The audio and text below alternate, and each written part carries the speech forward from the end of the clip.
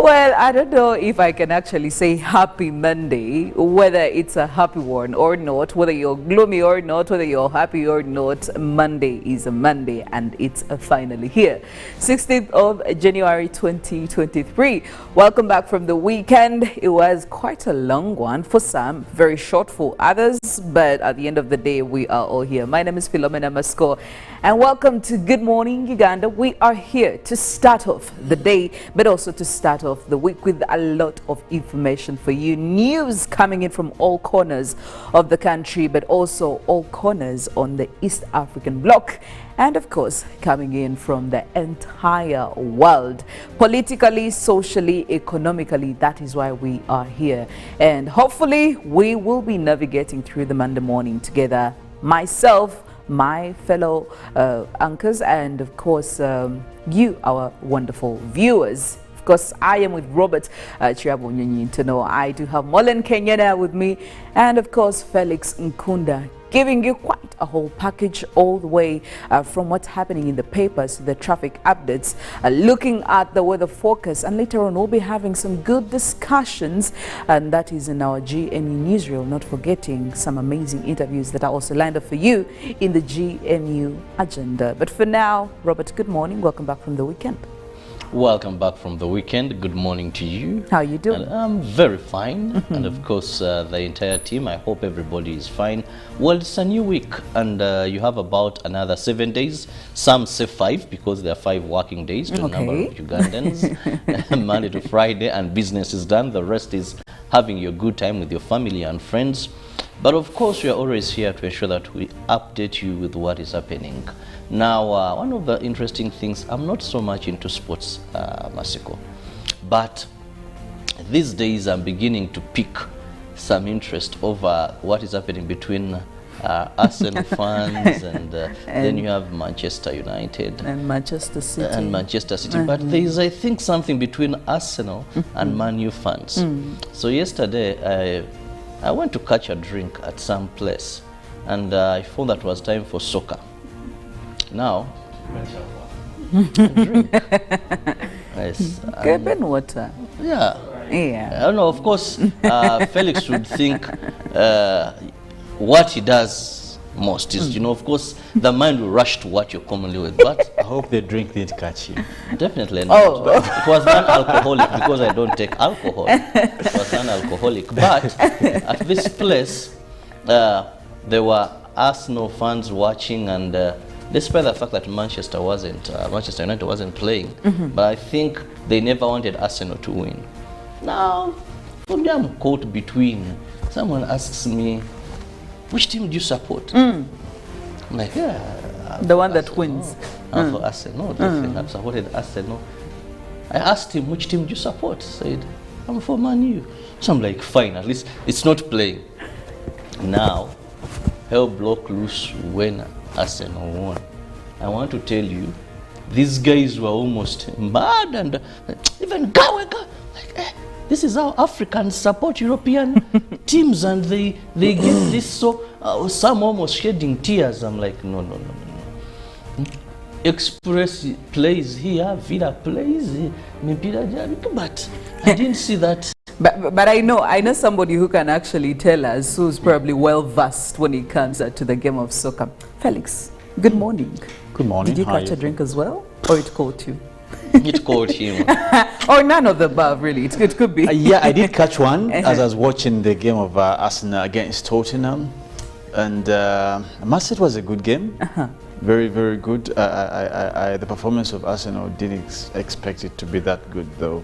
And for me, was the tic-tac that Arsenal brought on.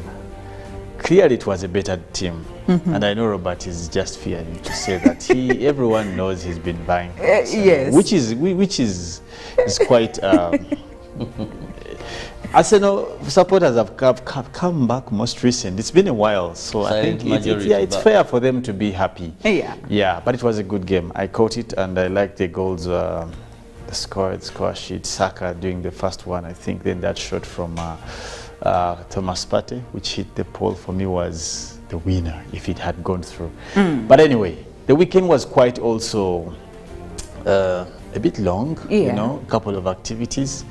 We got amazed by a couple of other atrocities where we saw arson. Very sad. One of, and earlier on before we came on set, we were talking about it with Robert, Philo and myself.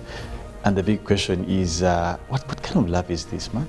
I don't want that love. Don't love me like that. If you're out there and you want to love me, don't love me. I don't, like, that kind of love? Well, what's this love? I mean, what's love when you're killing someone? I feel like it's not even love. Is love there is poisonous? probably a new. There must be a word to describe whatever that is, but it certainly can't be love. At least from it actually brings you to a definition. point to ask, like, I don't know if any of us would be okay to say it, but what is that one thing you will do for love? Like, and maybe I can even start with my colleague Uncle Bob before I go to the ladies, and after Bob I would want Mollen really to come in. Hey, but tell us. Yeah, like what is that one thing you would Mollen do? is a very sober person. I know she'll give a Not very until sober she's in response. love. Okay. But honestly, Bob, Too much. what would, like, what is that one thing you think you can do for love? Away from these all things that happen, but personally. Felix, I must be very honest to you. Some of us, that I don't think. Yeah, no, not until it happens to you. Robert. No, because the only thing I can say is, but someone, you know, for me, I have a saying in me. This someone, I met you, you have your own background, I have my own background. We met when we are mature. Many have come, many have left. I still stay. Let me ask you a question. When did you last sleep alone, Bob, in your life? Like in the bed alone? Felix, no. do you know the day that will happen to you, that's when you will know that the nightmare has also experienced. Mollen should tell us. Mollen, good morning. Did you Probably know you when she start last- off by responding when to she what last Felix, slept alone. Felix asked. So a very good morning to you, and of course I want to And say Jesus good is morning to watching. our viewers. I know, but I think just Felix has an issue when it comes to love. Now the one thing I would do for love is honesty. Give my honesty, and I think that is something that can carry love forward. What's You the take worst? it or leave it. We are looking at the worst, not Okay, this the worst. one. After Well, you are not I very said the one specific thing. No, with us. you didn't say No, the babe. worst thing I would Yeah, do for that love. extent. But probably that would be the opposite of what I just said. If you are going to be in love and give your all, you'd rather be honest. That is where I'm taking it to. But I know a lot of the gentlemen here that we have in studio seem to be away from what love means, and I think Philomena and I have a great role to educate these men on how to love. Great role that we yes. have entrusted ourselves with to make sure we change our hearts. But at least I know we cannot get to a point where we have to be involved in criminal acts, all Yeah. in the name of love. That's something else. And talking about love, I think there is something interesting that I was watching over the news stories on what the East African Bloc is planning on. They are saying that we are a community, and a lot of people who have joined the bloc have benefited a lot. They want to bring in Somalia into East African community, and to me this seems to be one of the efforts to help with insecurity around East Africa. We know Somalia has been one of those countries that have been dealing with insurgencies and conflicts and wars for almost a long time now. The belief from the East African community is that when they integrate it into the bloc, they might have a joint force to make sure that they end the insecurity over there. And I think this is something that we have been dealing with. Even just yesterday, we got reports of a bomb blast on the border of Uganda and Congo, where 7 people died and 40 were injured. Yeah, that is to the side of Congo. Now you look at the fact that these are things that we still continue to deal with, and our people get affected as well, but also our economies, because when refugees are coming from Congo into Uganda, it's still a responsibility of Uganda to actually help out. Yes. So if we could have most of these countries integrated into the bloc and make sure that we are now dealing with it as a region, maybe that will help. And for me, I welcome that move to actually get it here. No. I know it will have, economists will weigh in on how much it could affect, what are they bringing on board. But at this point, it's more what we are giving But them if you than what don't they're mind bringing. me asking, purposes of the geography, will it still be East Africa? Well, the With the coming in place of Congo, now Sudan, then later on Is that East as in- Africa? does it- does it That's seem- at one point we'll have to say basis the of all greater this horn of is- Africa. This is how they do it. Yes. For a country to join the East African community, as long as you border another country, you share a border with another country that is already in. That's the East qualification. Africa. Yeah. Yes, Yeah. that's what they look at, as long as you share. So if you look at Congo, if it has any country, Somalia, if there's any member of the East African community and they share a border, so it automatically becomes, it is included. Then the other things are political, but the first qualification is sharing a boundary with.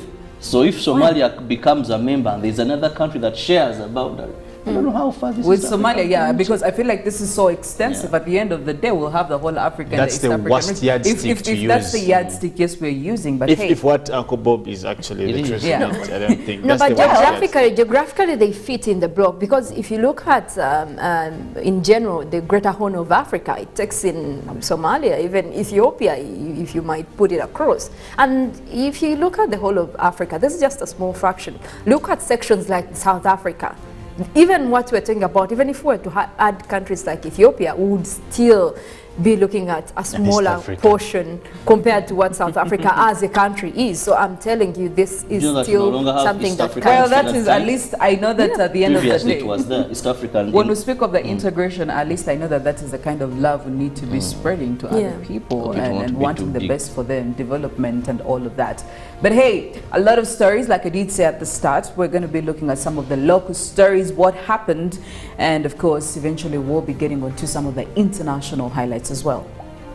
Let's begin with local stories, where His Excellency, the President of the Republic of Uganda, Yoweri Kaguta Museveni, arrived in the United Arab Emirates to start a 3-day visit where he will meet and hold talks with Sheikh Mohammed bin Zayed Al Nahyan, the President of the United Arab Emirates and ruler of Abu Dhabi.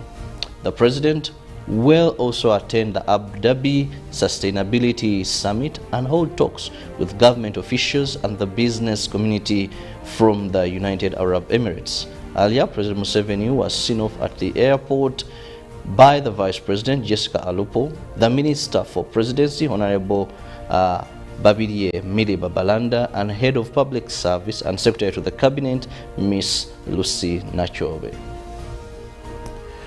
Well, now still looking at local stories, with retired Reverend Dominic Eibu has been consecrated, the enthroned as the new Bishop of Kotido Diocese. Now his consecration makes him the third Bishop of Kotido Diocese, taking over from Right Reverend Guspe Philippi upon reaching the canonical age limit. Eibu was consecrated by His Grace Emmanuel Obo, the Archbishop of Toro Diocese, as a principal consecrator, assisted by the Reverend Gusipe as co-consecrator at the St. Daniel Komboni in Kotido District. The function was graced by the Vice President Jessica Alupo as guest of honor, representing His Excellency Yoweri Kaguta Museveni. And moving on, Uganda Petroleum Institute Chigumba is strengthening partnerships with the local governments in the Albertine region to identify and assess the environmental effects of oil exploration activities in the area. This was disclosed during the commissioning of Uganda Petroleum Institute Chigumba in Chiriandongo, officiated by President Yoweri Museveni and graced by the Minister for Education and Sports, Janet Museveni. Environment conservation is one of the areas the institute is prioritizing, alongside offering training, research and consultancy in the field of petroleum exploration. Together with Uganda National Oil Company, the institute is embarking on a massive tree planting and helping district local governments in the Albertine region to incorporate environment considerations into their structures. Bishop of Kenyena, Anglican Diocese, the Right Reverend Dr. James Bukomeko, has appealed to all Christians and the clergy to always support religious projects. Now, the bishop says all those that render support to the church are the #1 allies of development in Anglican Church of Uganda. The Anglican Church can only sustain its projects with support from the clergy and laity. Now the bishop hailed those that support church development projects, saying they are doing the right thing. He was commissioning construction work of the first ever outpatient surgical ward in Nyanzi, Kansanda district, and commended Ugandans abroad for supporting the diocese.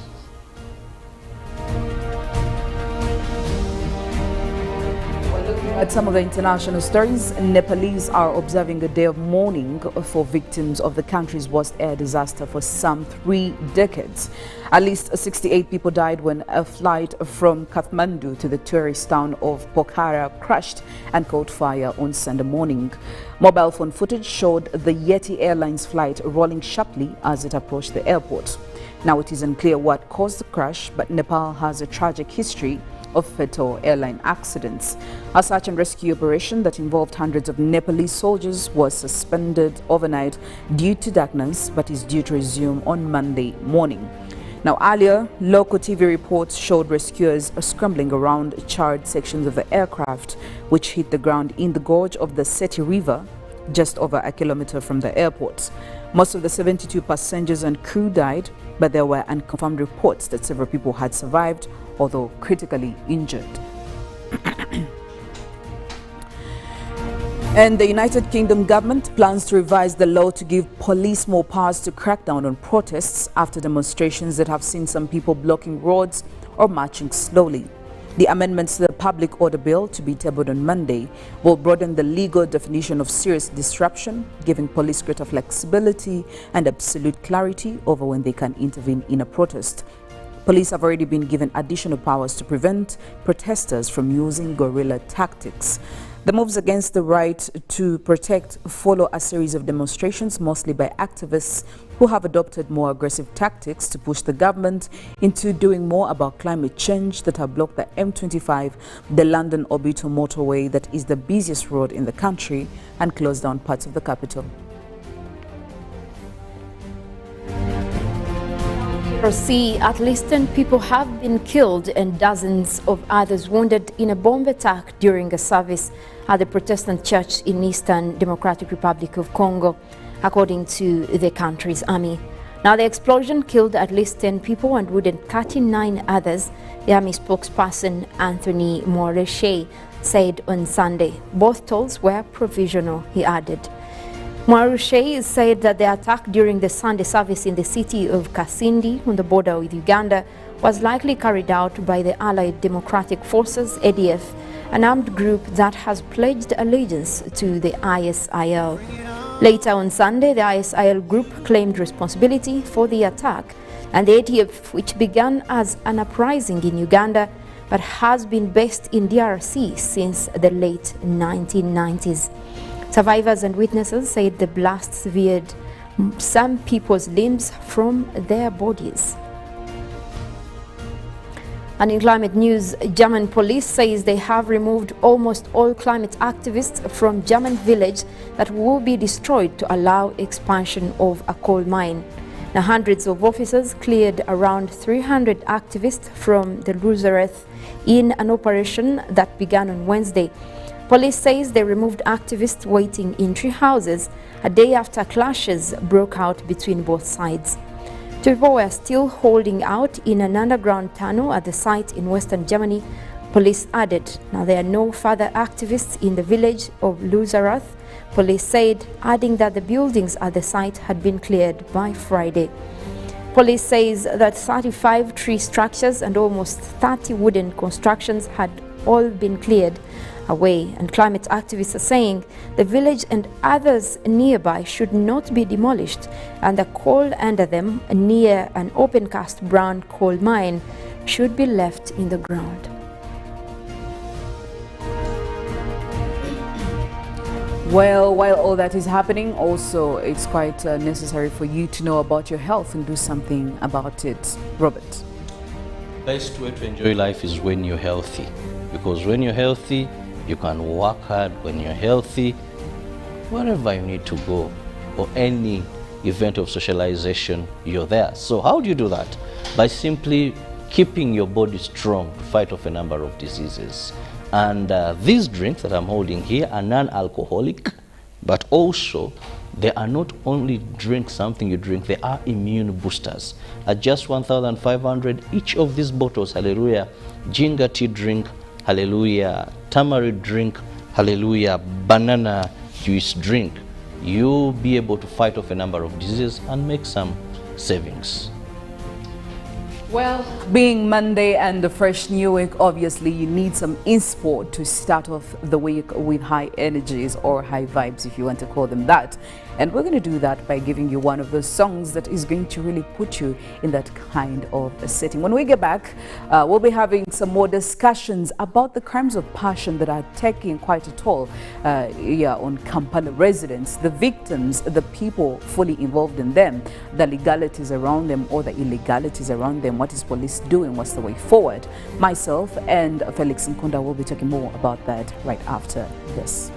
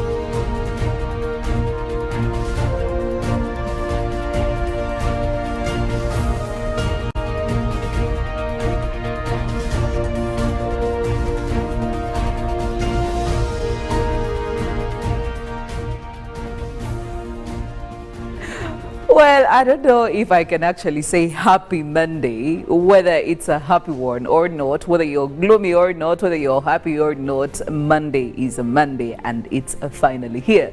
16th of January 2023. Welcome back from the weekend. It was quite a long one for some, very short for others, but at the end of the day, we are all here. My name is Philomena Mastiko and welcome to Good Morning Uganda. We are here to start off the day, but also to start off the week with a lot of information for you. News coming in from all corners of the country, but also all corners on the East African bloc. And of course, coming in from the entire world, politically, socially, economically. That is why we are here. And hopefully we will be navigating through the Monday morning together. Myself, my fellow anchors, and of course, you, our wonderful viewers. Of course, I am with Robert Kirabo, Nyonyintono. I do have Mollen, Kenyena with me, and of course, Felix Nkunda, giving you quite a whole package all the way from what's happening in the papers to the traffic updates, looking at the weather forecast, and later on we'll be having some good discussions, and that is in our GMU Newsrail, not forgetting some amazing interviews that are also lined up for you in the GMU agenda. But for now, Robert, good morning. Welcome back from the weekend. Welcome back from the weekend. Good morning to you. How you doing? And I'm very fine. And of course, the entire team, I hope everybody is fine.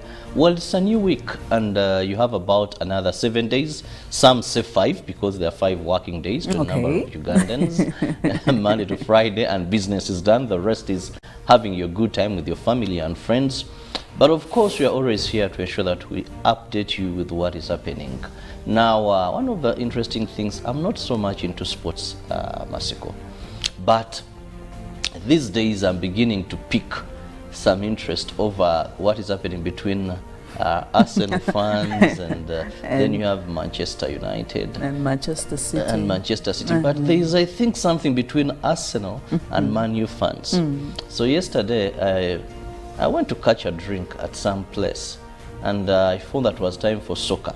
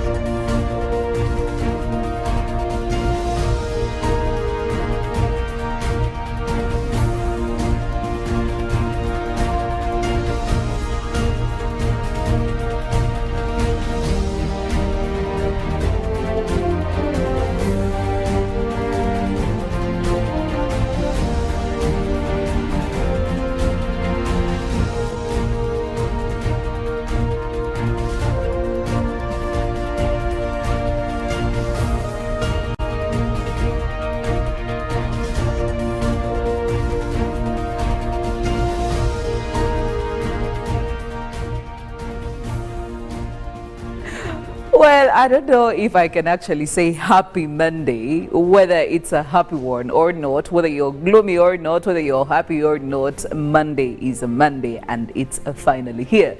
16th of January 2023. Welcome back from the weekend. It was quite a long one for some, very short for others, but at the end of the day, we are all here. My name is Philomena, Mastiko, and welcome to Good Morning Uganda. We are here to start off the day, but also to start off the week with a lot of information for you. News coming in from all corners of the country, but also all corners on the East African bloc.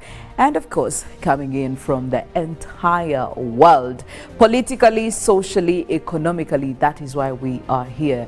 And hopefully, we will be navigating through the Monday morning together. Myself, my fellow anchors, and of course, you, our wonderful viewers. Of course, I am with Robert Kirabo, Nyonyintono. I do have Mollen, Kenyena with me, and of course, Felix Nkunda, giving you quite a whole package all the way from what's happening in the papers to the traffic updates, looking at the weather forecast, and later on we'll be having some good discussions, and that is in our GMU Newsrail, not forgetting some amazing interviews that are also lined up for you in the GMU agenda. But for now, Robert, good morning. Welcome back from the weekend. Welcome back from the weekend. Good morning to you. How are you doing? And I'm very fine. And of course, the entire team, I hope everybody is fine. Well, it's a new week, and you have about another 7 days. Some say 5 because there are 5 working days to a number of Ugandans. Monday to Friday, and business is done. The rest is having your good time with your family and friends. But of course, we are always here to ensure that we update you with what is happening. Now, one of the interesting things, I'm not so much into sports, Mastiko, but these days I'm beginning to pick some interest over what is happening between Arsenal fans and then you have Manchester United and Manchester City. But there is, I think, something between Arsenal and Man U fans. So yesterday, I went to catch a drink at some place, and I found that it was time for soccer.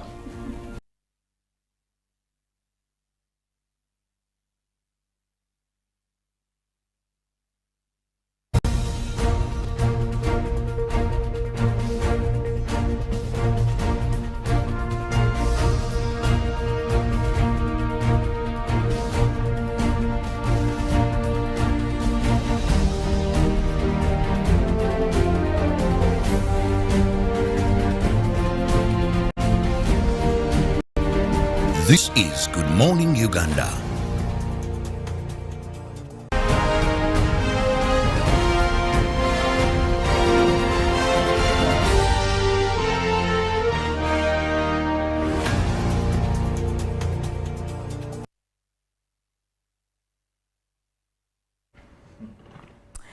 Good morning, Uganda. Welcome to the Newsrail. 5 minutes after 7 a.m. The day is Monday, and 16th of January 2022. Well, it's a fresh new week, and I hope that with whatever plans you have, probably you must be having an agenda for today. If you haven't figured that out, it's still a bit early. It's not too late for you to start out and plan for your day. What are you going to be doing during the course of today or during the course of this week? But at least I will tell you the people who know what they're going to be doing right now, myself and Felix Nkunda. We're going to be having a discussion about the recent events that have been happening for the last couple of days. And we would very much appreciate you to be part of this conversation. You have all ways you can do that. Number one, you can get onto our WhatsApp number and let us know what you think about what we're going to be talking about. Number two, you could go ahead and use our Twitter. Hashtag is UBCGMU. Give us your opinions, your thoughts. When it comes to crimes of passion, lately this has become a story that is on almost every Ugandan lip. It's not 2 days, it's not 3 days after one incident, another is happening. Now, yes, all these crimes of passion have really become a spot in Kampala, and they have driven the city to the edge.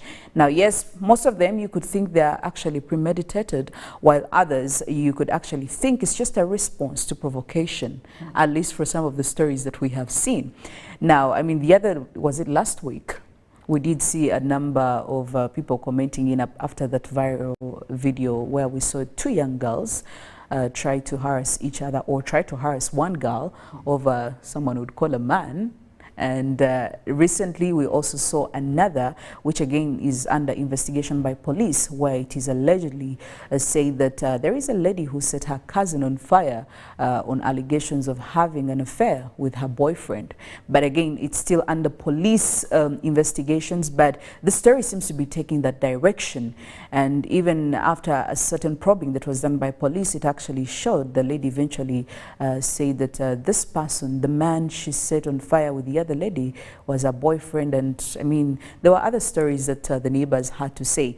But when we talk about crimes of passion here, yes, we know love is complicated and all of that, but attaching it to criminal actions, that is where the problem is coming in. And that is what we would love to discuss between myself and Felix. And also, you could feel free, get onto our socials, our poll question, which is again in relation to that. What can be done to reduce the rampant increase in crimes of passion in Uganda? What can be done to reduce the rampant increase in crimes of passion in Uganda? Hashtag UBCGMU, WhatsApp number 0709 602 592. Felix, crimes of passion. You're passionate about love, but you're also passionate about the law. Me, on the other hand, I'm probably passionate about probably both of them. Yes. Okay. Yes, love is bound to happen, relationships are bound to happen. But what happens if we have also a touch of crimes in all of this? Yeah, it's a very, very painful definition that our society is yet giving its own self. We have chosen to be defined by violence, most recent, and we have had these discussions time and again. But it all started from a point where we went into an open approach to challenges in life. Like we chose an open approach without any form of standardizing or putting in place limits of how far one can go or not even go, for that matter. When you look at what are crimes of passion, if you may just allow me get back to that briefly. These are offenses that arise from abused, intimate relationships. They could be sexual, they could be erotic, romantic, all that fall in that line. But so these offenses criminally arise from those kind of relationships that have been abused by either of the parties, both of the parties, or third parties. Most recently, the ones we have seen, or the ones that have taken a wash of social media, or media for that matter, have been by third parties per se. Now, when you look at the individuals in this particular chain of offenses, we have the offenders, the offended, and the victim. Yeah. Now, it brings into play something called justice. Every other person reacts or causes a particular reaction in response to seeking justice in their own definition.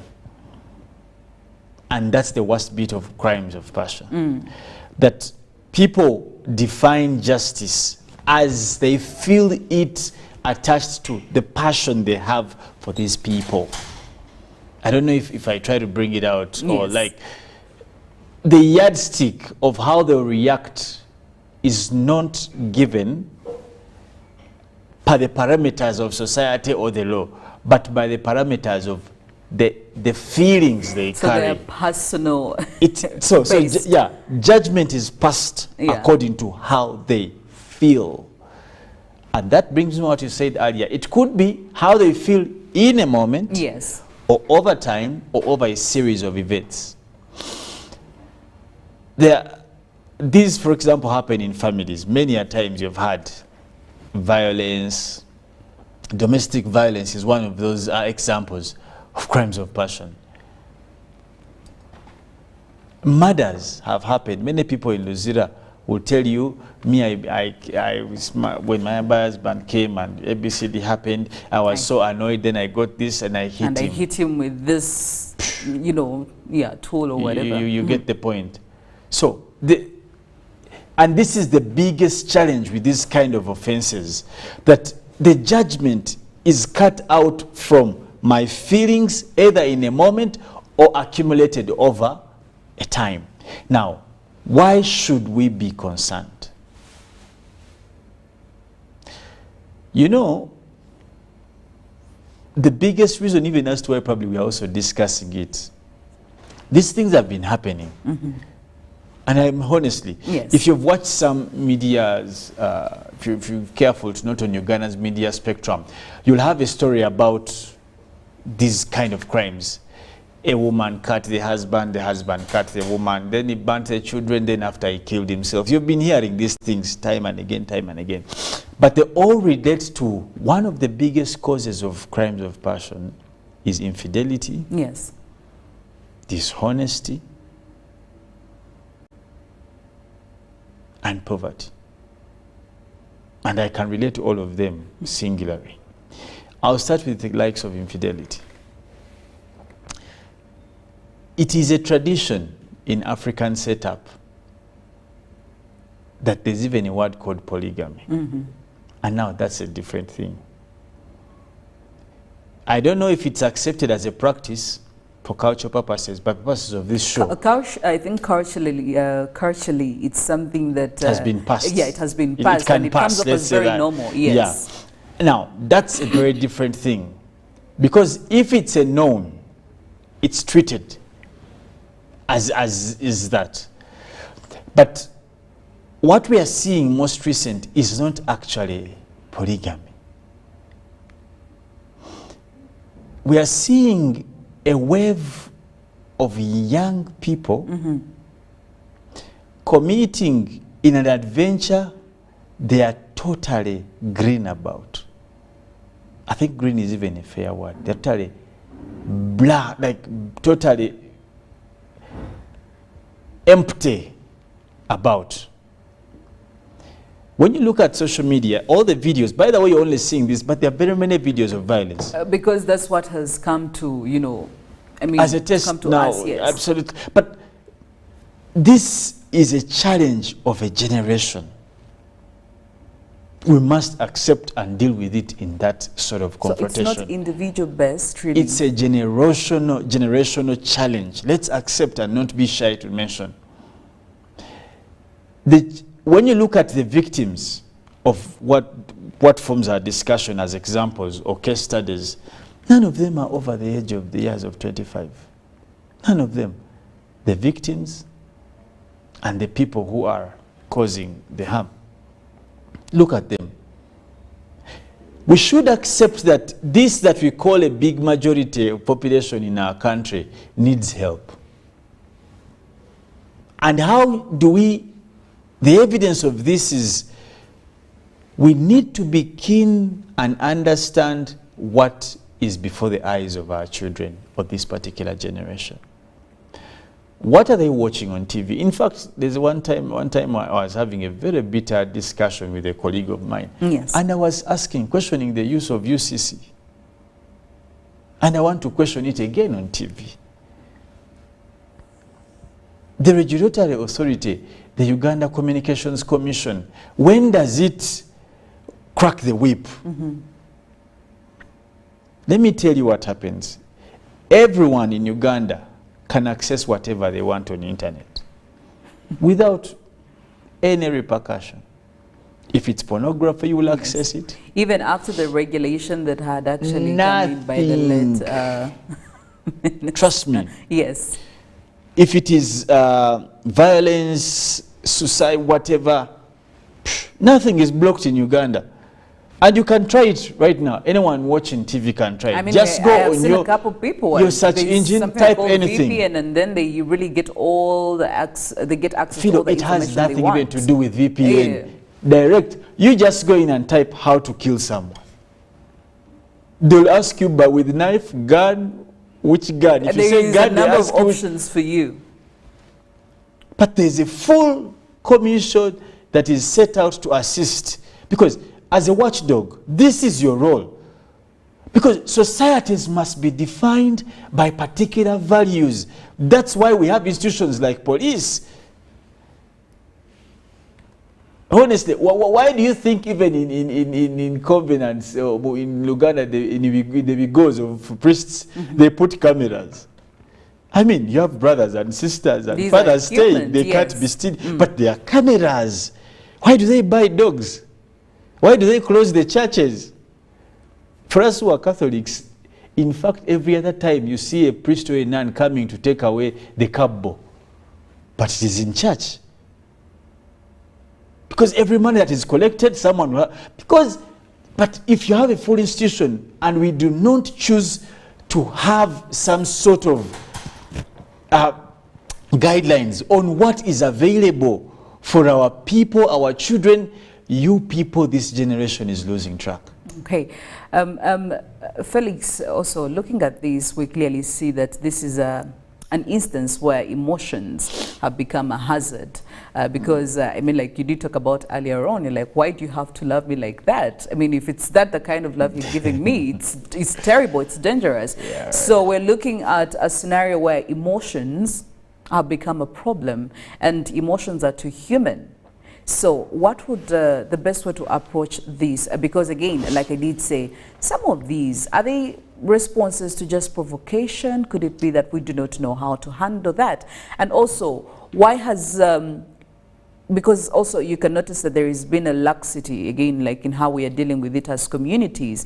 Look at what just happened. For the few cases that were brought to light, we have kind of normalized it as a society, as a community. We'll talk about it and we'll move on to the next thing. But it doesn't seem like we're giving it all the attention. Now, does that make it look like it is okay, it is normal, even if we know it is wrong? Because there is a bit of laxity that again has been registered. But Philo, do you think it's about emotions? Do you think, I want to give you 2 examples. Yes. I'm looking at a man who comes to Kampala, lives home, probably 4 or 5 kids and a wife, comes to find something for them to win bread or whatever, and the day goes on and on and on and on. Probably they have done some work and they get nothing. And they're walking back to a place like Kenyena on foot. And they have to face their family and tell them, guys, look here, I'll probably pass by a store and ask to borrow whatever. And this woman who's saying, Philo likes my boyfriend, who's carrying more pain? Trust me, if it was about emotions and pain, we would be killing each other every day, because all of us are carrying some sort of luggage or baggage on our hearts and shoulders. Maybe the level of tolerance is probably different. And that's the discussion. Yes. But there's something that informs the level of tolerance. You know, that situation awareness, that sense of judgment, anger management is all catalyzed by what is before our eyes. We are all not born like that. But the things we see on a daily, the things we are exposed to, the people we talk to. Yes.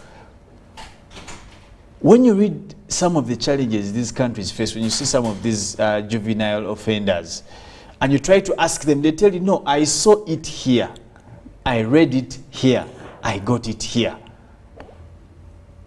Now, and for me, as we discuss this story particularly, the problem with our country is that people are a bit dismissive as long as these things seem far from them. When the story of these young girls who are caning their colleague came out, everyone started throwing judgment. Yes. She's just 14, what was she doing with men? Anyway, we saw her previous videos, that girl was miyaye. 3 days, 4 days away. What happened? Someone burns another people in a house. We don't know what will happen by the end of this week. What is on social media, these young girls are saying, or these youth, or this generational heroes are saying, they even have now mottos. Smani if you don't go into love, and Smani if you don't want to be caned. Those funny things are all over social media. These things, we are seeing them and we are laughing about them, but they are going to manifest before our eyes. If we can't help ourselves, let the government assist us. And that's why I'm calling on institutions like UCC. In terms of content availability, the kind of content people access is not the right content. Internet, you can monitor the service providers. Let me tell you, social media has done more harm than good. That's a matter of fact. Let's accept. People will hide behind saying business, advert. No, let's be honest. Our young people, the youth, are spending a lot of time doing nothing but learning very foreign habits. Because between you, how does someone get an idea of burning down a full apartment? Somebody sold the idea to her, or she saw it somewhere, or... Who are your friends, you woman? Who do you talk to? But do you think they even tell these people around them that this is what they're going to do? They don't. That's why sometimes, that's why I say maybe it's a response to provocation. Now, they may not tell them what they're going to do, but they'll tell them of what they're going through. And how do your friends handle this? What kind of circles do our children keep? These are the questions we are asking as parents time and again. Lately, most recent, we have a challenge now of, I don't know if they call them LGBT, something like that. Yeah. It's another challenge. Today you see a young guy, your young son, before you know 2-3 years, he's starting to walk like a woman. He's bum forcing the buttock, all these challenges. But because we don't give attention to the kind of content before the eyes, and let me tell you something surprising. Even away from just internet, go to TVs. What is being discussed on the televisions and radios of Uganda? Let's be honest, for some of you who care to listen, yes, all these things are working towards this incitement. And I want to be bold and on record and say this. One of the biggest causes of passion crimes or crimes of passion is what our people, our children are listening to and watching. You see, when you have an idea in the mind, some people are naturally violent, but there's something that triggers and shows them that probably this is possible. The kind of movies they watch. I think if we want to have a thorough discussion in how we're going to reduce these crimes of passion, we have to have a bitter discussion in the nature and the kind of parenting we are exhibiting as a country. Honestly, and the role of government. We must ask those questions. The role of family in reduction of crimes of passion and the role of government as an institution. And when you speak about also morality, which again is believed to be quite providing a heavy foundation for all of this, looking at moral decadency. When you look at university students, I was reading a certain report where it shows that the decadence amongst young people, the people you talked about, and it makes sense when you say this is a generational problem. More concentration has been given to some of these relationships that they are in, and sadly or unfortunately, most of these relationships are run on drama and also extreme sorts of happiness and polarities, excitement and anger. And then the fact that we haven't exactly prioritized mentorship programs or any kind of intervention to help young people deal with these relationships, it's driving them to a point where they can't contain it. Sometimes you find a young person suppressing emotions of depression, emotions of anger, and eventually when they have outbursts, we are seeing it in the extremes like this. I don't know how you feel about that. I definitely feel bad if you want me to answer straight to that. It's saddening. But when you put it all together, just like you said, it falls into a basket where we have absconded from our duty, primarily as a country. I'll tell you why I emphasize the issue of at a national spectrum. Many societies appreciate particular practices, which later on become institutional cultures, institutional practices. But the big question for us in Uganda, if someone asked you, what is our known behavior, say on drugs? Behavior and response. Because they work there, like they move together. Like, and this doesn't have to be the law. It has to be an acceptable practice of a society. And that's where morals fit in.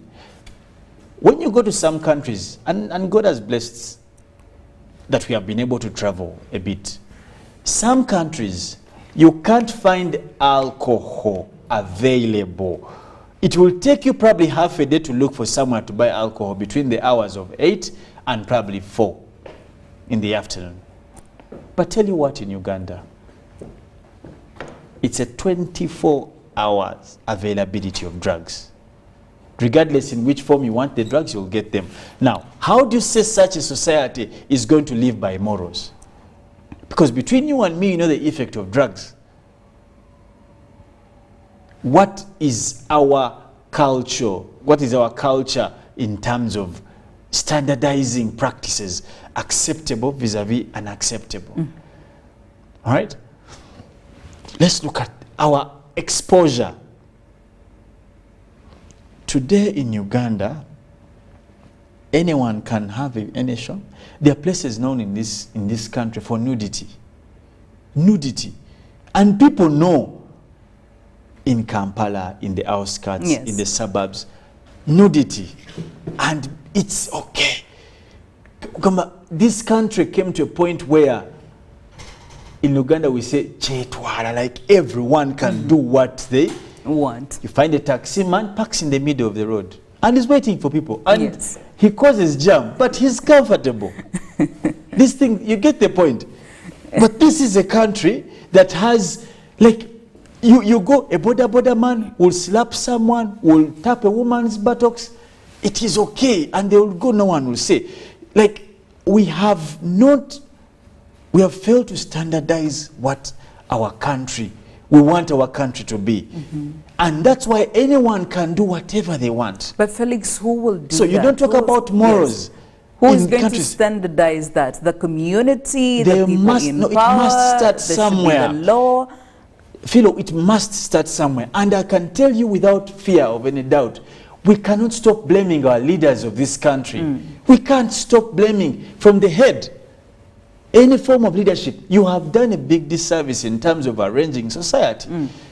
Because let's be honest, the smallest points, you see, discipline and integrity is about how you do something even without monitoring, yes, being monitored or some sort of thing.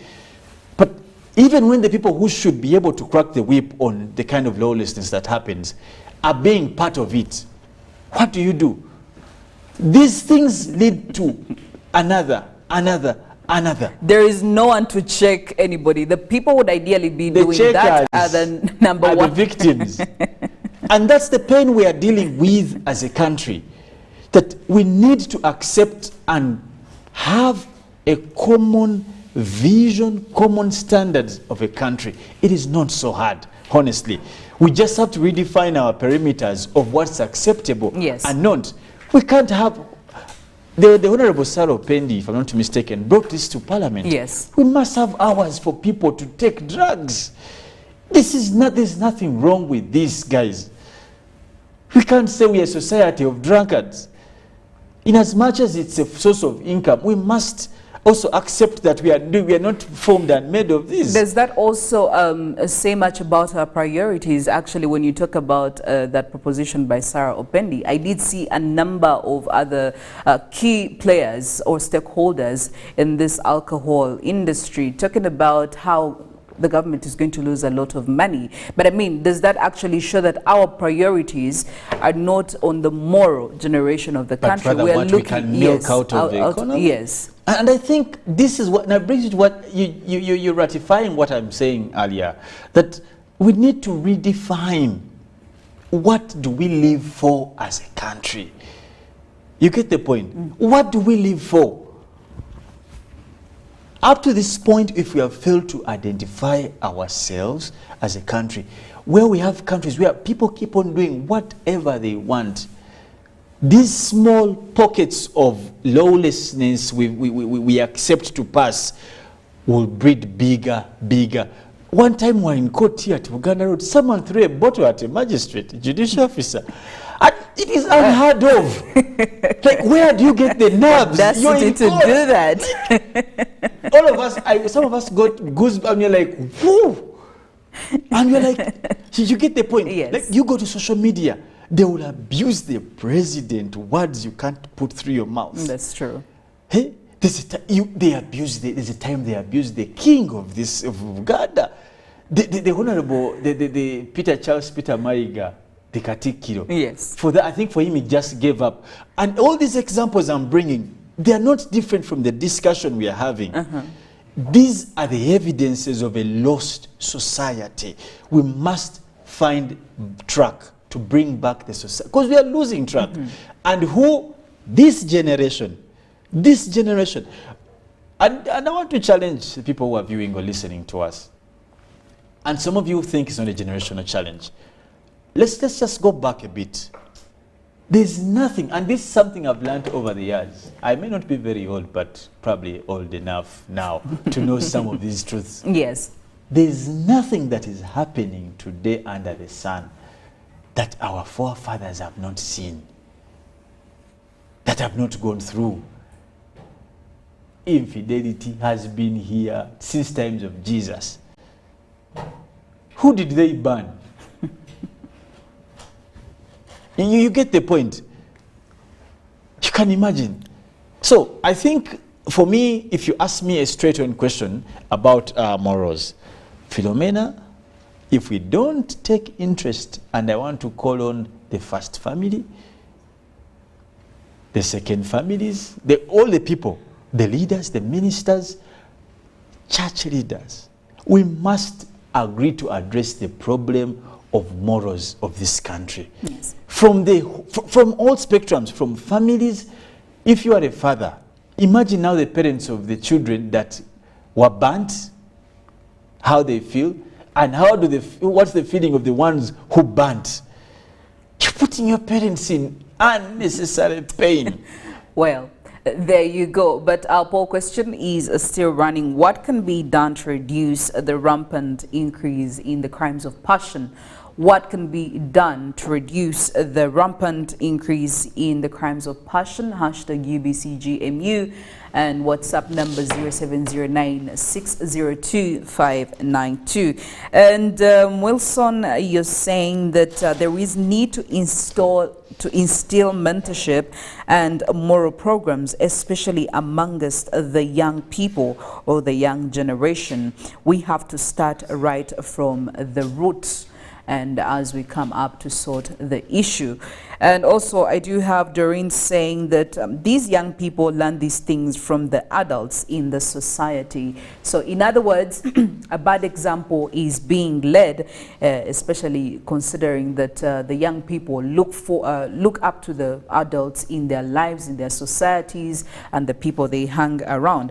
But yes, I must say that lovers or people in relationships are really suffering some devastating challenges, and some of these are actually avoidable. Most of these are actually avoidable. But the thing is, what are we doing right from the cause? We need to establish the root cause of this type of animosity that is actually sweeping, not even only the young people, by the way, Felix, even the adults. It's just that right now it would kind of shock us that young people are doing it, but we are kind of normalizing it among the adults who feel like they have the capacity to deal with this kind of animosity, which again, I want to believe it's not true. But we talked about the party, the stakeholders in all of this. We do have our culture leaders, we have our leaders, we do have religious leaders.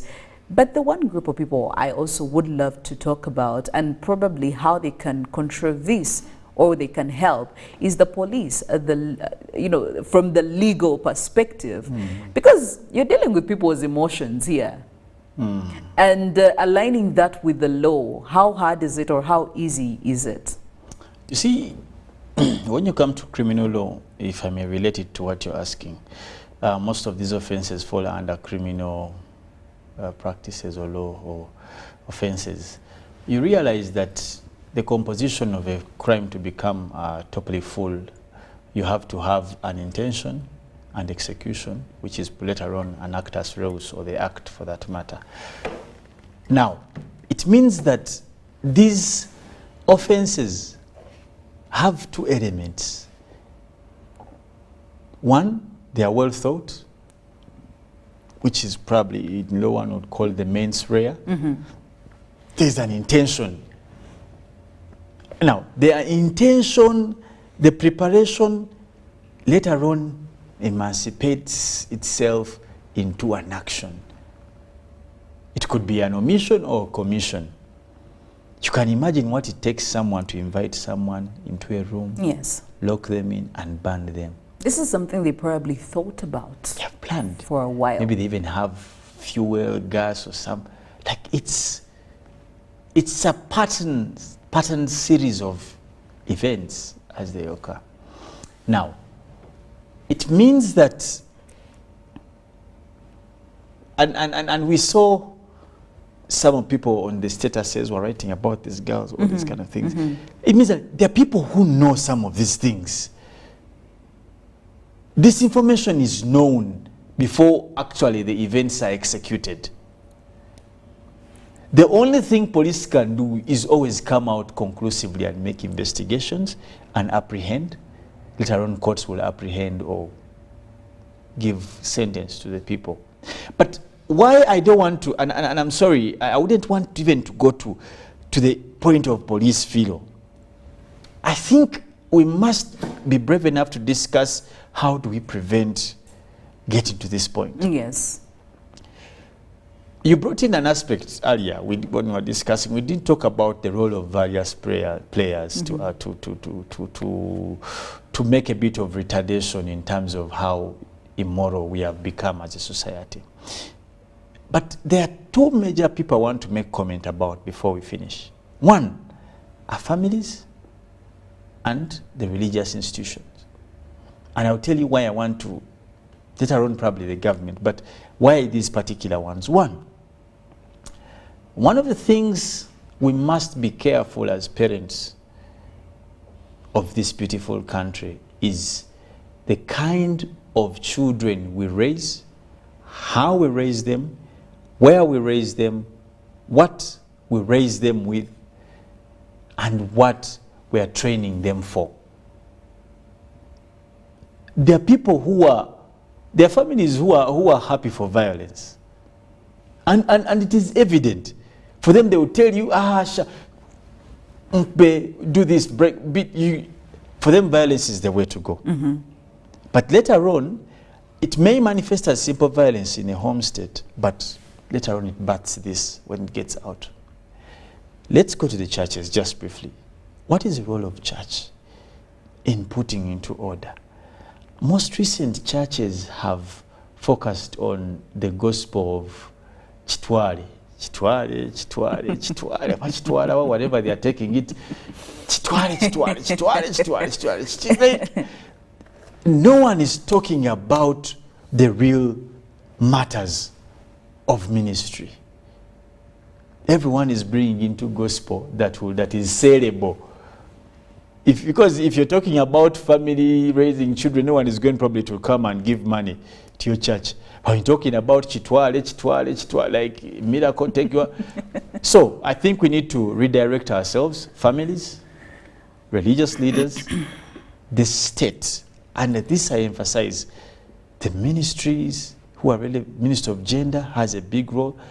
UCC, you are on the dock. You're in the dock. You're the one. Like, you're the ones we are now looking at. Content, hate speeches all over social media. Yes. Bloggers are abusing all these things.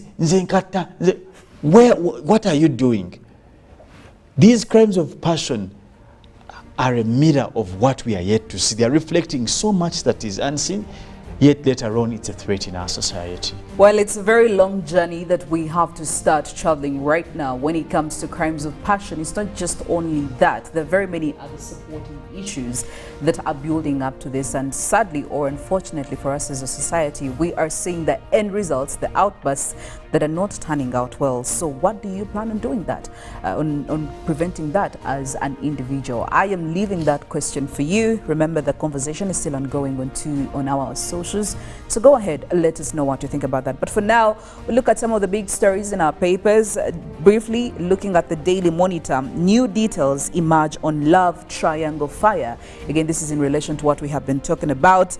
And also looking at Kotido Catholic Diocese gets a new bishop on the throne, and 300 Cancer Institute staff to reapply for their jobs.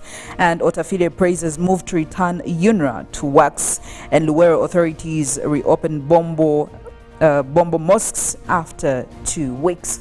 Switching to the new vision, UPDF to recruit over 23,000 soldiers. The ministry plans to retire 1,200 army officers. KCCA to relocate over 40,000 businesses, and also looking at a beware of born infections among children in your health, a pullout of the new vision this morning. Daily Nation. The murder plot. Now, police are investigating claims that Nelson Ndereba Njeru hired gang to kill wife. This is a vice that has actually taken over the East African region. Again, another crime of passion that we are possibly seeing. Savers from land cartels, victims plead with brutal, and from school fees to taxes, you'll have to dig deeper into your pockets. Form 1 placement results to be known today. Well, grab yourself a copy of the Daily Nation, Daily Monitor, and of course the New Vision to catch up on all of that. We're going for a break. When we get back, Mollen will be giving you more coming in from weather and the focus for today as well, and also some more climate news, and not forgetting the traffic updates as well. Good morning.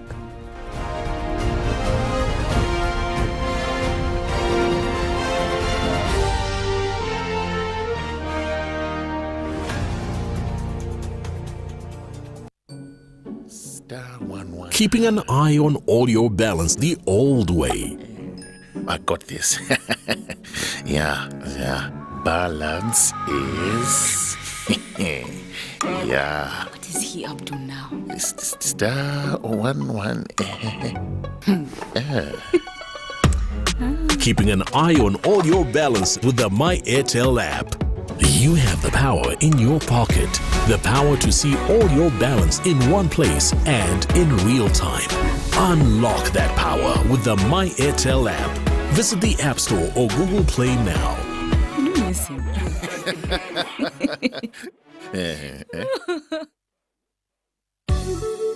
Happiness comes to us in many places.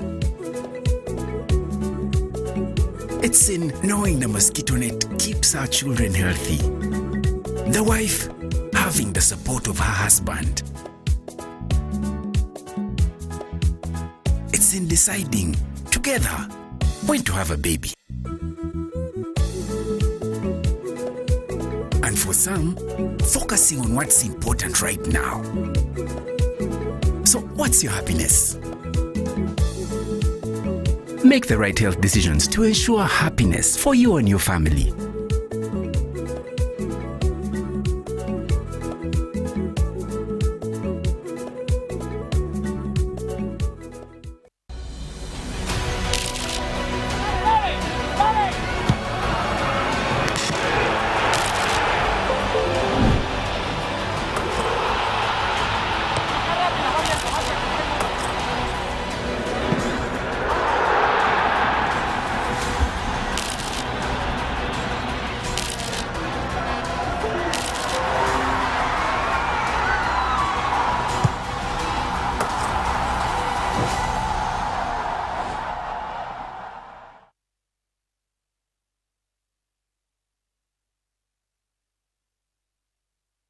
Get connected today with the My Airtel 4G smartphone, the most affordable smartphone in Uganda. You get to enjoy free 1 GB for 1 whole year. My Airtel 4G smartphone, your best value for money. Visit the nearest Airtel outlet today and get one at only 250,000 Uganda shillings. Airtel, the smartphone network.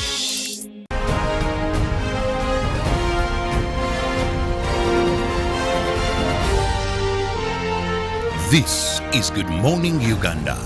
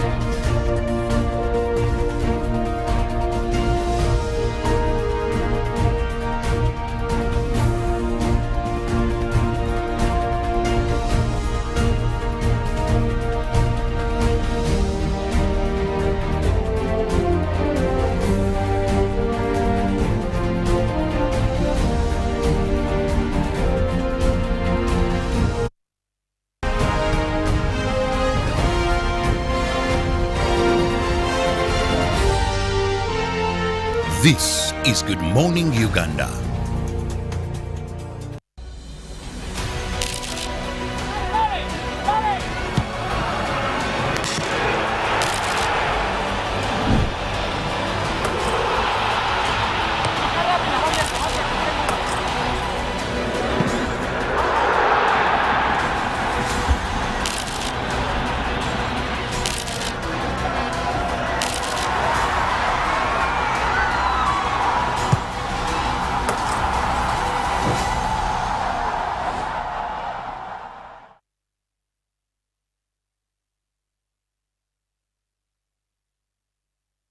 The Tales of Kasozi, brought to you by Uganda Communications Commission. Hello? Hello? This is Kasozi. How can I help you? Hey, Kasozi, my brother. Long time. We last met when we were at campus. It's been a while, but you are the person I'm looking for. Campus? Really? Hey, you don't remember me? Okay, so how can I help you? I'm stuck in Gulu making millions, and I need to urgently send money to my sick mother. But I can't find any mobile money agent near me. I've sent the money to your phone, as you can see the message. It might take a few minutes to come through, but I urgently need you to send the money to my mother. Let me send you her number, and you send it to her chap. My friend, I'm afraid your mom is going to die. What? Because I don't know you, I never went to campus, and I'm also in Gulu. So can we meet at CPS, we talk about it? Stay tuned for what Kasozi does next. Tofera. Refrain from unnecessary engagements with strangers over the phone. This message is powered by the Uganda Communications Commission. Happiness comes to us in many places. It's in knowing the mosquito net keeps our children healthy. The wife having the support of her husband. It's in deciding together when to have a baby. And for some, focusing on what's important right now. So what's your happiness? Make the right health decisions to ensure happiness for you and your family.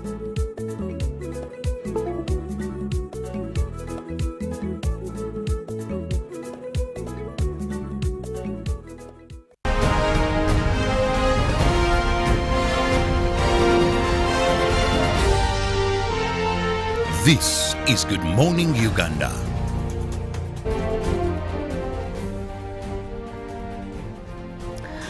Well, thank you very much for keeping it here, and Good Morning Uganda. And of course, right now we come to you with traffic updates. Now, it looks like it's quite clear for most places within Kampala, especially if you're looking at the Kampala-Jinja Highway.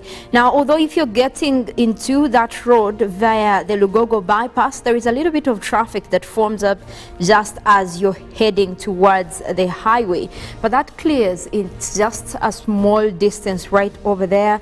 And of course it does clear as you get into the Kampala-Jinja Highway. It gets with green colors. That means that the traffic is quite clear for those leaving town and those joining a town. Now, as you follow that route towards Kampala, you look at more green lines over there. That means that you do have clear traffic. But then again, as you get into that roundabout, you look at most of the joining roads down Bell Avenue. There is a little bit of traffic right there for those getting into the Jinja Kampala Highway, and of course that is where you will have to put a little bit of patience. But for those leaving that road using Wampeo Avenue, that is in green lines, meaning that is quite clear for you out there. And then of course we also have the Downer Road, that is the old Portbell Road. That looks to be quite clear. It just gets a little bit of traffic as you head into the roundabout, but that does also take in just a small distance, meaning that it is easy to move past that. Also, you look at that road coming down at the Kampala-Jinja Highway as you headed into the roundabout. There is a little bit of traffic, but then again, you also look further as you're using that road towards Kampala. The traffic does continue for a small distance, but then again, it does clear with the green lines indicated right there. You also have, as you head into Towards the traffic lights is quite a little bit of clear traffic for those coming in from the other side of Ginger Road.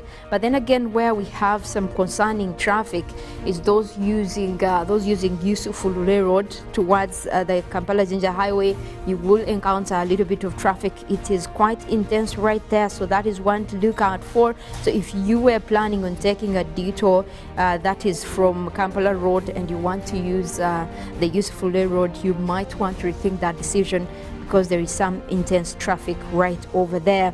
Otherwise, as you continue with that road, you also look at some of the upper roads as well. Darwinton Street also quite clear for you, and then also the roads joining into Yusuf Ulule, Nile Avenue quite clear. A little bit of traffic onto that roundabout, but then that does also clear as you head towards Yusuf Ulule, and Kampala Road as well goes on to be quite clear in terms of those leaving town. But if you're joining town, be aware that there is a little bit of traffic in orange and red lines right there, indicating that you could be up for quite some traffic, so you will need a little bit of patience. But then it does clear as you get into a city square right there. You continue as you head into Kampala Road, as well as heading towards Bombo Road. The traffic is quite clear for those leaving town. But then again, if you're joining town right from City Square right there, as you head towards Kampala Road and Bombo Road, you will encounter some traffic over there. Away from that, we also want to take a look at the weather situation over the country. We'll be tapping in from our satellites for this morning.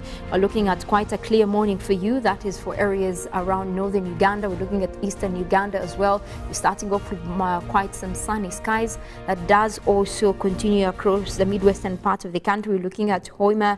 We're looking at southwestern Uganda, starting off with sunny weather. From Mbarara, we're looking at Fort Portal.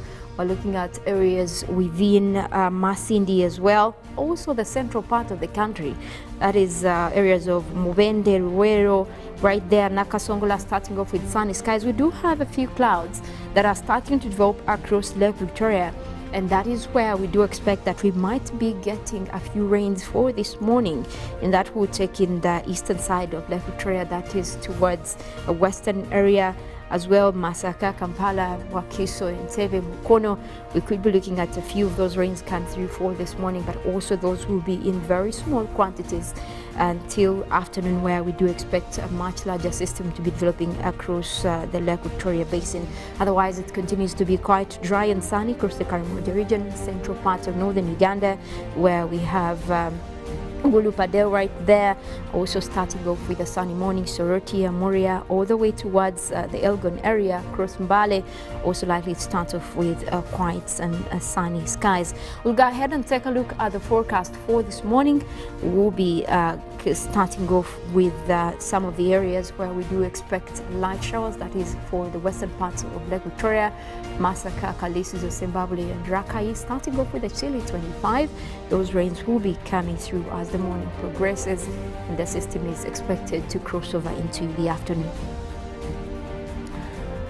We look at the Elgon area, where we're starting off with mostly sunny weather. We'll have intervals of cloudy conditions over there, but also temperatures will be quite pleasant at 26 degrees centigrade. That will clear on for mostly sunny skies later in the afternoon. Southwestern Uganda, we're looking at Mbara, Ibanda, Bushenyi and Ruizi. We're forecasting light rains. Those will be across a few areas, also starting off quite cold at 24 degrees centigrade. We do expect similar weather conditions later in the afternoon in terms of rainy conditions, and that will be propagating across several places. The eastern part of the country, where we have Soroti, Katakwi, Amuria and Kumi, we are forecasting sunny intervals that will be starting off with a warm 28 degrees centigrade, and much sunshine also expected later for the afternoon. The eastern part of central Ruwero, Woblenzi, Bururi and Kaseke, we are forecasting mostly sunny skies for you this morning. We'll have intervals of cloudy conditions, and take a look at those numbers right there. 28, starting off quite hot, and we do expect also temperatures to go up later in the afternoon, as we expect to continue with sunny intervals over there. Also, the central part of northern Uganda, that is Adjumani, Gulu, Kitgum, Padel, starting off with quite sunny skies. Even right now as we speak, we'll have intervals of cloudy conditions, but also temperatures are quite up at 29 degrees centigrade. That will be crossing over into the lower 30s later in the afternoon, and we do expect to maintain mostly sunny conditions even then in the afternoon. Now, the central part of Lake Victoria, that is where we have Mukono, Kampala, Entebbe and Wakiso, we do expect a few rains to come through. That will be later as the morning progresses, starting off with quite some cool weather at 24 degrees centigrade, and some of those rains will also be crossing over into the afternoon across several places within the area. And of course, that will also be in smaller quantities, but we're looking at mostly the southern sector of the country picking up in terms of wet weather conditions. However, we continue with dry and sunny skies. That is for mostly the eastern part of the country. The northern area will have also a little bit of pickup for the southwestern part of the country, mostly across Kabale Highlands. So that is also one to look out for, although it is quite cold over there. And for Kabale Highlands, we're also looking at reduced visibility, especially in the morning hours. So for those on the roads, especially for that area, do look out for reduced visibility so that you can take care of yourself while on the road. Well, that is it for the updates right now. We do have Good Morning Uganda agenda that will be coming up after this, after which we'll also be going into Good Morning Uganda Extra. My name is Mollen, Kenyena. I want to wish you a nice Monday and a wonderful week.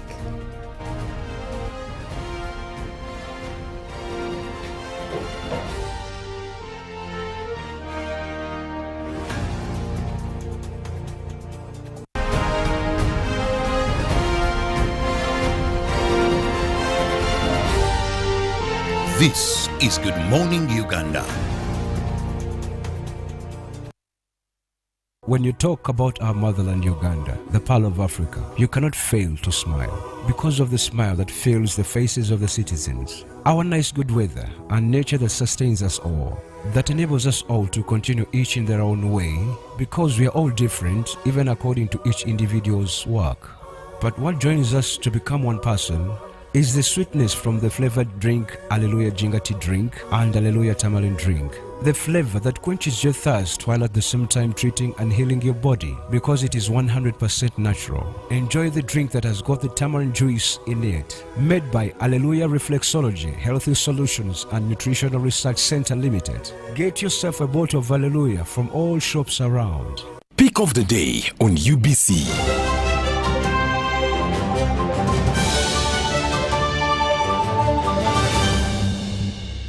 Was brought to you by Get away with MTN Momo Advance. Momo Advance tops up your Momo to complete your transactions.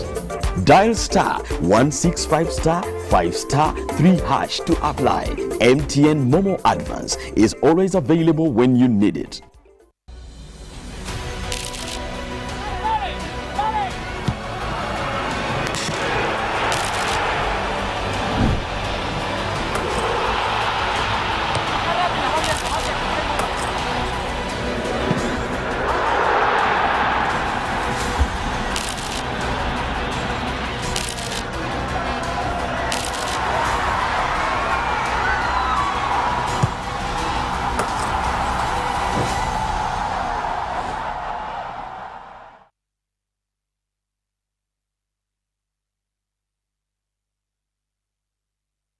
Every waking day is a reminder just how beautiful this, our land, truly is. The kind of beauty that you can only find here, in the lush green all around us and the wondrous sights within. It's in the distinct aroma of our cooking to the taste of food that takes you on a journey, in the sound of homecoming and the sound of Mother Earth. In the magnificence we find on our travels and the exciting moments we experience. Ours is the kind of beauty that comes in all things big and small. All we have to do is awaken our senses and truly enjoy what's uniquely ours. Explore Uganda, the Pearl of Africa. Welcome to English in a Minute. A shotgun is a gun with a long barrel. It is mainly used for hunting. So what does it mean to call shotgun? For tomorrow's work trip, Ashley is coming with us. I call shotgun. You can't call shotgun. Look, I know usually you can't call shotgun the day before a car trip, but I just did. So I'm sitting in front. No, you're not. Ashley is driving, so her dog Dublin will be riding shotgun. When you call shotgun, you are claiming the seat next to the driver. This expression comes from the days of the Wild West. In a covered wagon or stagecoach, the person sitting next to the driver held a shotgun. This was for protection. And that's English in a minute.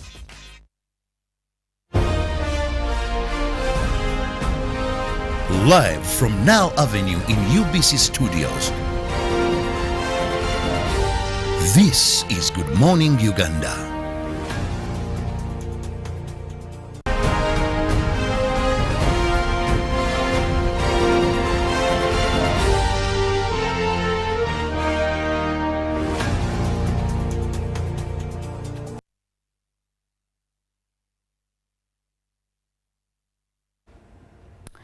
Well, it's a wonderful Monday morning. At least I want to think so. If it's not going great for you, I believe and I'm very optimistic that the day is going to get better as we go by it.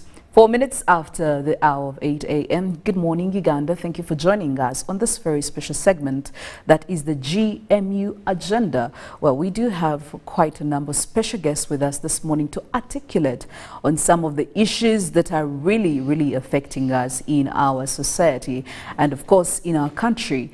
My name is Philomena Mastiko, and I do have a special guest with me this morning in studio who is going to be helping us talk more about road usage, but also, to be very specific, licensing the road users in this Kampala metropolitan area. Well, when we talk about road users, of course, we have a number of people who make use of the roads. We have the motorists, we have cyclists, we do have pedestrians, but all of these, we know that there are specific categories of people who ought to have licenses and permits before they get onto the road.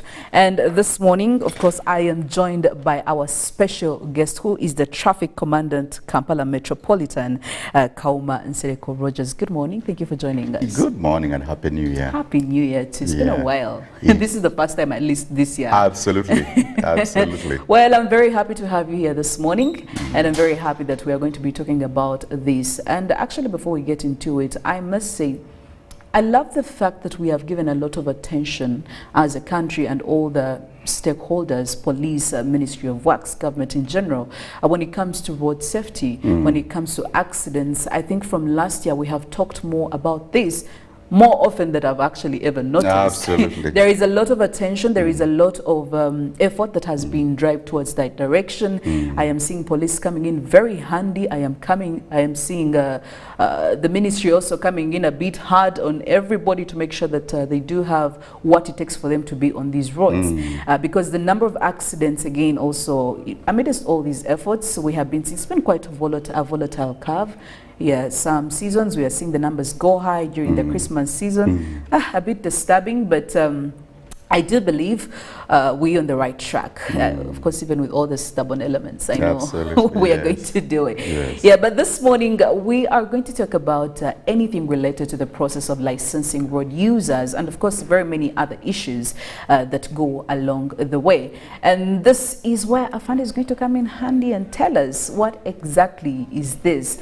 And before we get into it, just to know, what is your area of jurisdiction specifically? Kampala Metropolitan covers, I'll tell you, considering the roads. Yes. On Ginger Road, it goes up to Namagunga area. Then on Nyonyintono Road, it goes up to Bujuko. On Masaka Road, it goes up to Nsanji. Entebbe Road up to the waters, of course. On Bombo Road, it goes up to Matuga area. Then on Hoima Road, it goes up to Kachiri.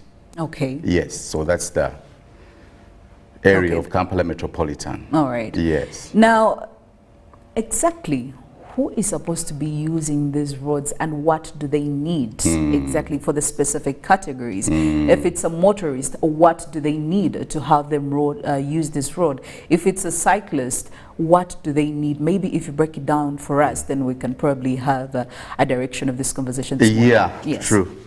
Okay, in our country, it is common knowledge that before you get to the road, you actually need to get the right prerequisites to allow you to be on road. You are supposed to go to the training school, and then you get trained on how to use the road, if you're a driver, if you're a rider. And then from there, you're supposed to be tested, that actually you learned the road signs and all these specifications that are needed on the road. How you are taken through a test by our inspector of vehicles. Okay. And then he's the one who will confirm that actually you know what you're doing, or you still need to polish up. Yes. Yeah. So they will either pass you, or they will say no, you still need some little bit of polishing, go back and depending have, on the observations they absolutely have made. Yes. So that is ideally what is supposed to happen. But it is common knowledge here that we see so many people who just learn how to drive a vehicle. Actually, we shall call it how to move a vehicle. Yes, from one place to another. To the other. Yes. But yet actually they're not qualified drivers. You get it? Yes. So it is common scenario in border industry. Someone learns how to ride today, how to move a border. I hate calling it riding or driving. Yes. How to move a border from point A to B, and then it takes them like 2 hours to learn that. Yes. And then the next day they're ferrying people. Can you imagine that risk? It's very, very sad. So you put someone on a bike of a rider that learned to ride in 2 hours yesterday, and then the next day they're ferrying you. He has no idea what the road sign says. He has no idea what I do when I reach a T-junction. Yes. You get it. So because of such a scenario, we are registering so many accidents, and it is way up there. And we need to have methods to address this, to see that we save our Ugandans from these crashes. Well, actually, I don't even want to call them accidents because they're not. They're actually not accidents. They're not accidents because these are man-made things, and that man can actually do something about them to see that the trend is reversed. Well, speaking of accidents, recent statistics, at least from the 1st of January to the 8th, and this is not even only in the Kampala metropolitan area, but we're looking at about 340 road accidents that have been registered. This is in a period of 1st to 8th of January 2023, and we're looking at 59 crashes that were fatal. We're looking at about 175 which were serious accidents, and 106 were minor accidents, and also 324 were accident victims, and 79 of these people died. 245 persons sustained injuries. So clearly you see that there is still a lot of work if we are registering numbers like this just in a period of 8 days in the new year.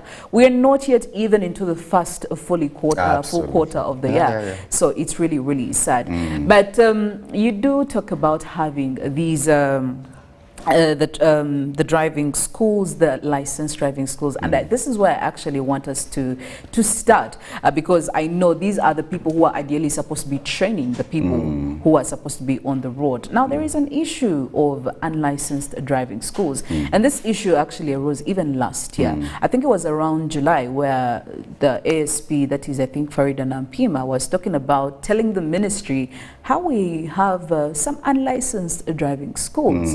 And of course, the Ministry of Works was saying, well, for now, we have about 90 licensed driving schools.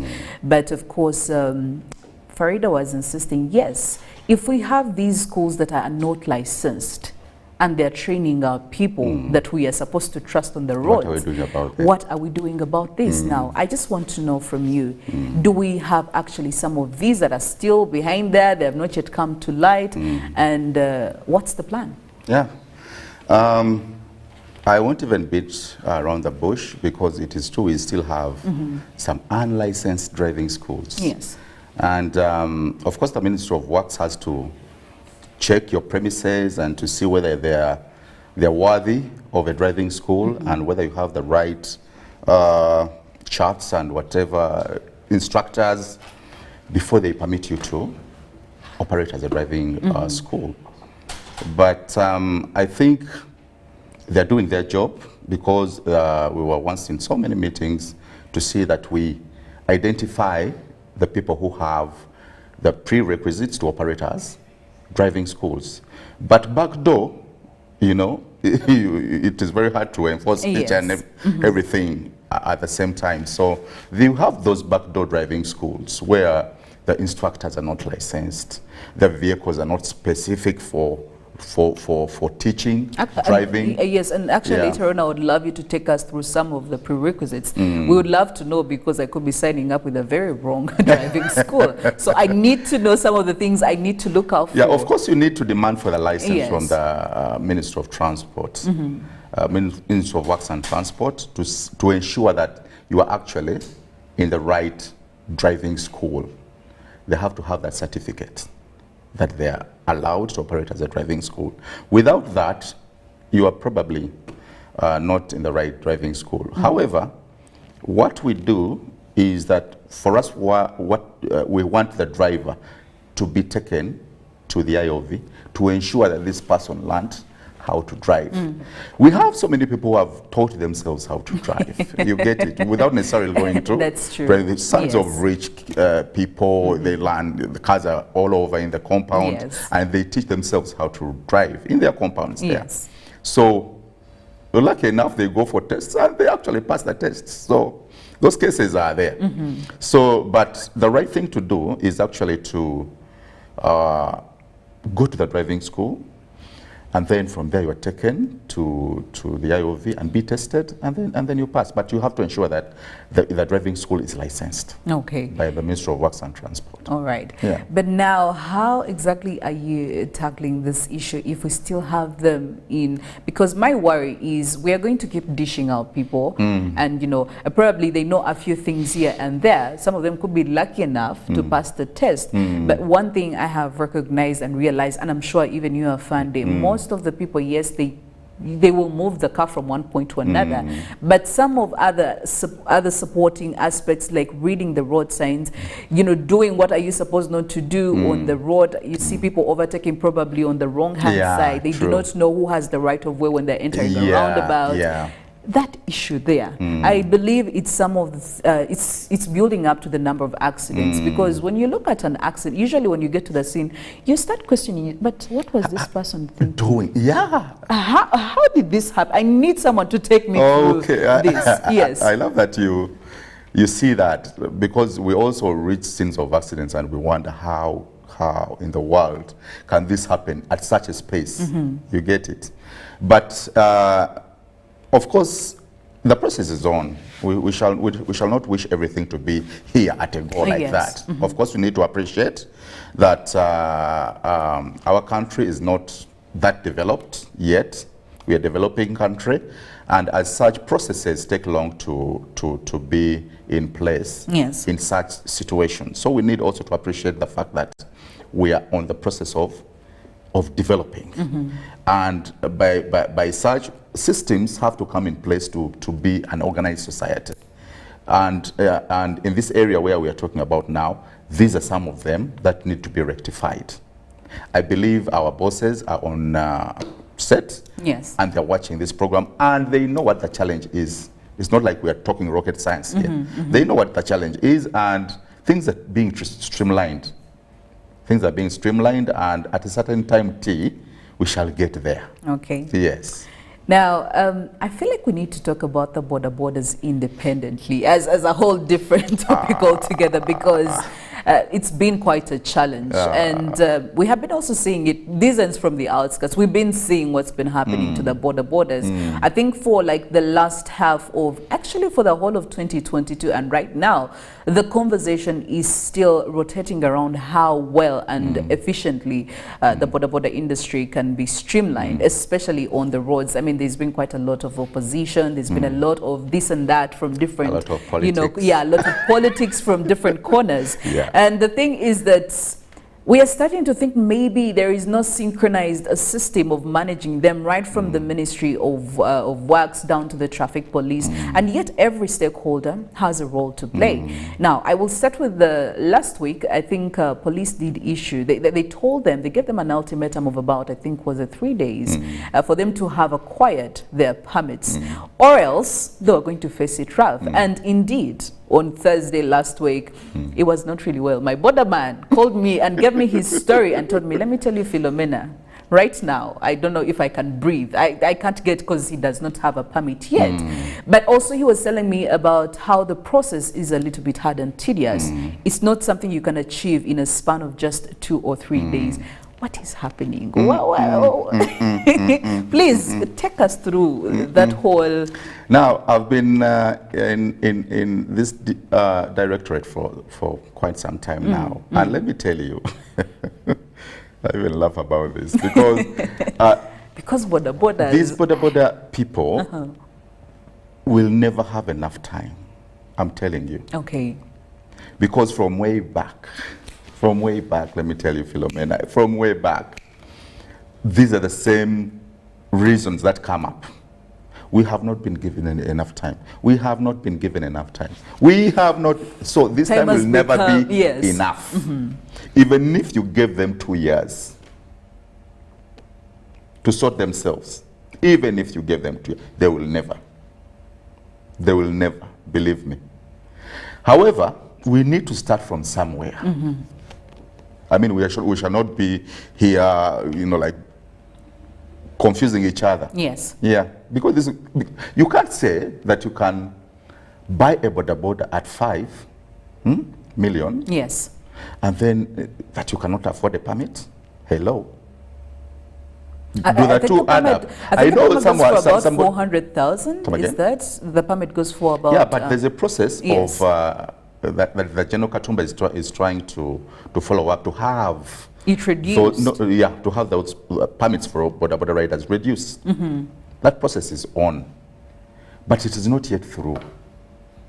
You get it? Yes. It's not yet through. So until when we get such a guidance, it will be very hard for us to enforce. You get it? So right now, we are enforcing the law as it is. We are enforcing the law as it is. Because the argument, last week we hosted, I think, one of their top leaderships. He did raise 2 major issues. He said that was actually one of the issues he talked about. He said there was a promise from the minister to have, the price reduced to, I think, about 100, is it 30 or 40? It's actually 3 years has its own limit. A year. Yes. It's a breakdown. Yeah, but in all of that, there was a reduction. Yes. And he was saying, now when we see the Traffic Directorate of Police enforcing this, and we are also waiting on what the minister said, because our issue was the affordability of the permit may not exactly come seamlessly for us. So there was that. And then number 2, the thing was some of these decisions are taken without considering the leadership of their borders. That's not true. Well, not true. He did. He raised that on air here on UBC TV, and he said the leaders are actually invited to be given directives. They're not invited to have a conversation, to get a middle ground from the border representatives and also the ministry, all the stakeholders, the enforcers. What is true and what is a lie? Now, let me tell you, this is what I'm telling you. What I mentioned earlier. Yes. This is exactly what happens. Because we are always in meetings with these people, the Mawejes, the Chiviris, we are always in these meetings. So we agree on so many things. And then when we turn our backs to each other, guess what happens? Difference. Yes. 360. Yes. You get it? So it's not true. Actually, we are always in talks Whenever we are going to do something major, actually, they are brought on board and say, well, you know what? I think we are going to begin operating, enforcing helmet usage. Yes. You get it. And we let them know so that they go down and tell their riders what we're about to do. You get it. We were going to enforce the use of the reflector jacket. So inform your men. We also go on media, and we inform that, you know, in such a period, we're going to start enforcing the usage of the reflector jacket and the wearing of the helmet. You get it. So it is not that we surprise them. No. They know. They know everything. They know everything. But what is true is that there is a process, as I mentioned earlier. General Katumba Wamala is trying to follow that